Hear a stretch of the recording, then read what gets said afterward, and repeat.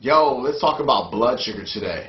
Now, in order to understand blood sugar, you have to also understand processed carbohydrates, okay? You got to know about sugar. You have to know where enriched flour comes from. And when you look at your ingredients, like from now on, like when you look at your ingredients, you're going to see enriched flour in just about everything. It's so important to understand where it comes from and what it's doing to your health, what it's doing to your weight, how it could be making you diabetic. You have to know that in order to, get to where you want to go.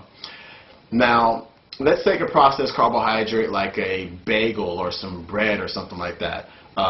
Where did it start? Where did it come from? Now, if you rewind that bagel through time, it was probably some wheat, okay? Some type of grain. We'll just say wheat. Now, the wheat had healthy stuff in it. It had vitamins, it had minerals, okay? However, they took that wheat and they took it to a factory and they processed it. Now, when they process it, they remove the bran layer, and the bran layer is full of fiber, okay? Gone.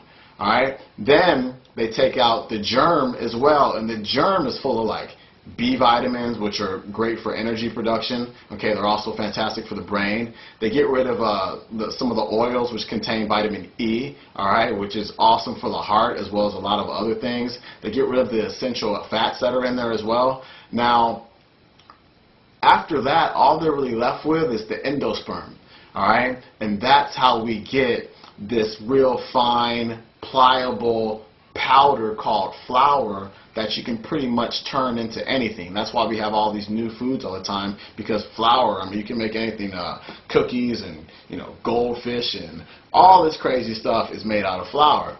Now, there once were nutrients and vitamins and minerals in there. Now there aren't. And so it's basically a nutrient-bearing flour. And what they have to do is add some vitamins and minerals back to it, and that's called enrichment. Now, do you think that they add the same vitamins and minerals back to it that they took out of it? No. They add just some basic vitamins that are made in a laboratory, all right, which your body's probably not going to recognize in the first place. And then they take these vitamins that are mixed in with the flour and they put it in a hot oven, heat it up, and then it destroys the vitamins. Okay? Some of the minerals stay because it's hard to destroy minerals, but you lost all the vitamins, so there's really no point. It's still really a nutrient-bearing food. All right? And so if you think about this, what is the purpose of your digestive system?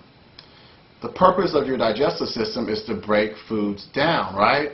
However, the food is already broken down for you before it even gets into your mouth. All right?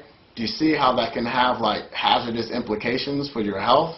Now, since the fiber is gone, since the vitamins and minerals are gone, that bread, that bagel, that whatever, literally zooms to your digestive system, okay? Down your esophagus, through your stomach, all right? And then goes into your small intestine, and what happens is you get a splash of sugar into your bloodstream, okay? Let's get into the blood sugar part. This is what I call the zone. You want to stay in here with your blood sugar. This is where I really try hard to stay, and I pretty much mastered this, all right? Because I have to stay upbeat. I have to stay energetic. I can't be moody all the time and whatnot. I'm trying to avoid, and you're trying to avoid, being up here, hyperglycemia, too much blood sugar. You're trying to avoid being down here, hypoglycemia, too little blood sugar. Now, when you wake up in the morning, your blood sugar is on the low side. All right, because you haven't eaten for 8-9 hours maybe. So you just ate that bagel with no fiber, no vitamins, no minerals, okay? You got a splash of sugar into your bloodstream. What happens to your blood sugar?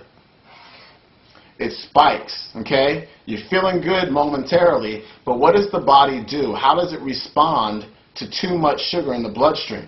All right? You need insulin. So the pancreas is like, yo, there's mad sugar in the bloodstream. We got to take this thing down, all right? And so think of it like this. Pancreas shoots out insulin, all right? And let's imagine my hand is a receptor. No, it's a cell.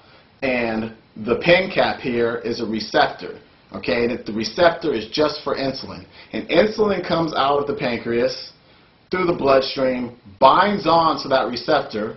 The cell opens up, and it starts shoving sugar in there, okay?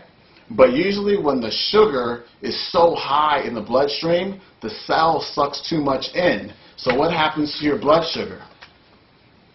Bam, you drop. Okay? Everybody knows what it feels like to crash. Okay? You know, when you eat something and then an hour later you feel like tired, but you might have just woke up, or you feel hungry, but you just ate. Okay? That's what it feels like to crash. You're irritable, you're cranky, you're lethargic. All right? Now, what are you craving when your blood sugar crashes?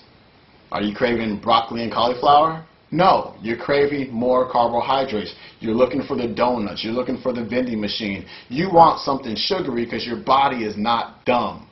You know what I'm saying? Your body's like, yo, crank me back up. And so you eat something made out of flour or sugar, some quick burning carbohydrate, and then you spike right back up. And then what happens? You crash. And this is going on until you get a good, nice, healthy meal in with some protein, some fat, some fiber and whatnot. Okay? It's funny, when I go to supermarkets, I always look in people's carts, and I can look into somebody's cart and not look at the person, and just by looking at what they have there, I know what their body looks like. Because it'll be like, you know, white flour, white pasta, sugar, soda, you know, nothing but bad carbohydrates, and it's typically an obese person driving that cart. And here's why. When insulin levels are high, like that, you're storing fat. All right?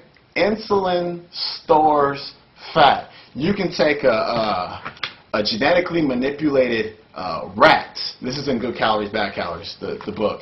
And you can tweak it so it can't produce insulin, and you can overfeed the heck out of it, and it won't gain weight. Okay? Insulin stores fat. Now here's the deal.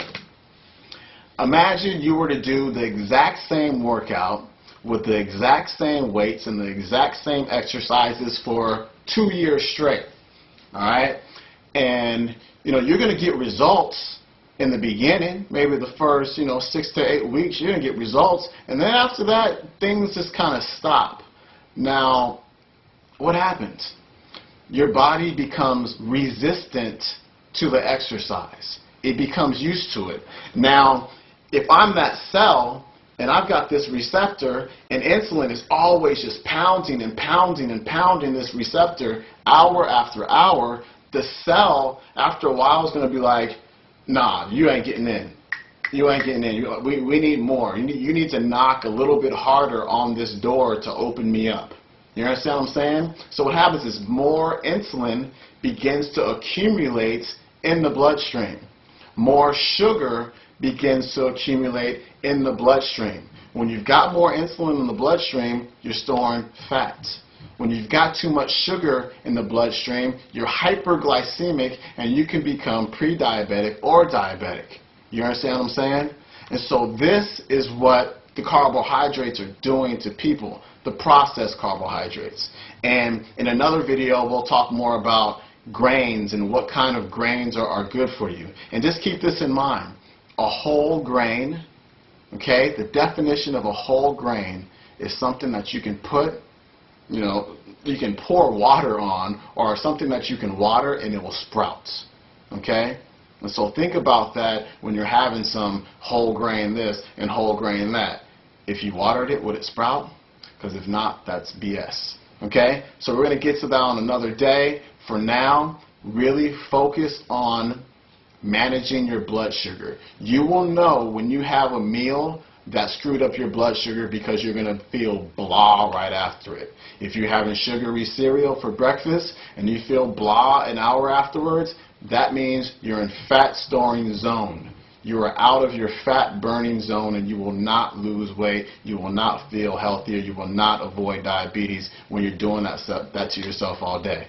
Okay, I got to get out of here. This is a long video. We'll do another part soon. I'll see y'all later. Peace.